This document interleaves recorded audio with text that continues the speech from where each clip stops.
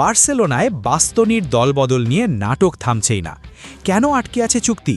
এই প্রশ্ন এখন কোটি কোটি বার্সা ভক্তের মনে।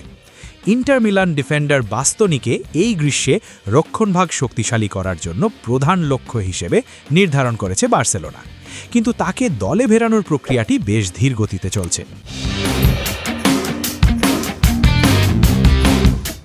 আর এই দীর্ঘসূত্রতায় ইতালীয় এই সেন্টার ব্যাক এখন বেশ বিরক্ত।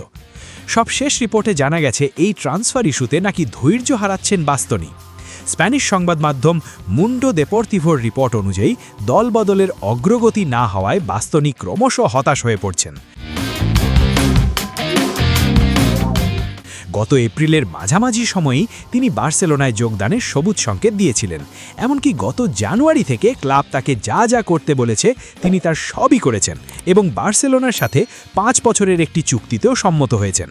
কিন্তু গত 3 সপ্তাহ ধরে কাতালান ক্লাবটি ইন্টার মিলানের সাথে কোনো আনুষ্ঠানিক আলোচনা শুরু করেনি। ইন্টার মিলান কর্তৃপক্ষ চলতি সপ্তাহের শুরুতে সুনিশ্চিত করেছেন যে বার্সেলোনার পক্ষ থেকে কোনো যোগাযোগ করা হয়নি। একটি বিস্ময়কর সংবাদ হচ্ছে বাস্তনির ট্রান্সফার ইস্যুতে নাকি বাধা হয়ে দাঁড়িয়েছেন হান্সি ফ্লিক। রেডিও মার্কাতে মাত্তেও মরেত্তোতে জানিয়েছেন এই দলবদল কি আটকে থাকার মূল কারণ হলেন কোচ হান্সি ফ্লিক। তিনি এখনও এই চুক্তিতে চূড়ান্ত সাই দেননি। কেন ফ্লিক দ্বিধায় আছেন?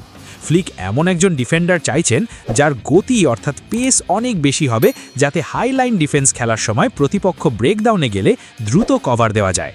বাস্তনির স্কিল নিয়ে প্রশ্ন না থাকলেও গতির দিক থেকে ফ্লিক আরও দ্রুত কাউকে খুঁজছেন। ক্লাবের স্পোর্টিং ডিরেক্টর ডেকোর অবস্থান কি এই ইস্যুতে? ক্লাবের স্পোর্টিং ডিরেক্টর ডেকো কিন্তু বাস্তনিকে সই করানোর পক্ষেই আছেন। ফ্লিক আপাতত লা লিগা নিশ্চিত না হওয়া পর্যন্ত ট্রান্সফার সংক্রান্ত সিদ্ধান্তগুলো স্থগিত রেখেছেন। এল ক্লাসিকোর ফলাফলের উপর ভিত্তি করেই এই সপ্তাহান্তেই হয়তো লা লিগার ভাগ্য নির্ধারিত হবে, আর তারপরই আসবে চূড়ান্ত সিদ্ধান্ত। বার্সেলোনার বিকল্প ভাবনাতে কারা কারা আছেন? বাস্তনি একমাত্র অপশন নন। বার্সেলোনা আরও কিছু ডিফেন্ডারের উপর নজর রাখছে। ক্রিশ্চিয়ান রোমেরো এবং মিকি ভ্যান ডে ভ্যান অন্য কিছু বিকল্প হিসেবে আছেন। যদি টটেনহাম হটস্পার প্রিমিয়ার লিগ থেকে অবনমিত হয় তবে বার্সা এই 2 ডিফেন্ডারের দিকে ঝুঁকবে। তারা দুজনেই বাস্তনির চেয়ে দ্রুত গতিসম্পন্ন। এছাড়াও আছেন জন মার্টিন। রিয়াল সোসিয়েদাদের এই তরুণ ডিফেন্ডারের দিকেও নজর আছে, তবে বার্সেলোনা এই মুহূর্তে অভিজ্ঞ কাউকে খুঁজছেন যা মার্টিনের নেই।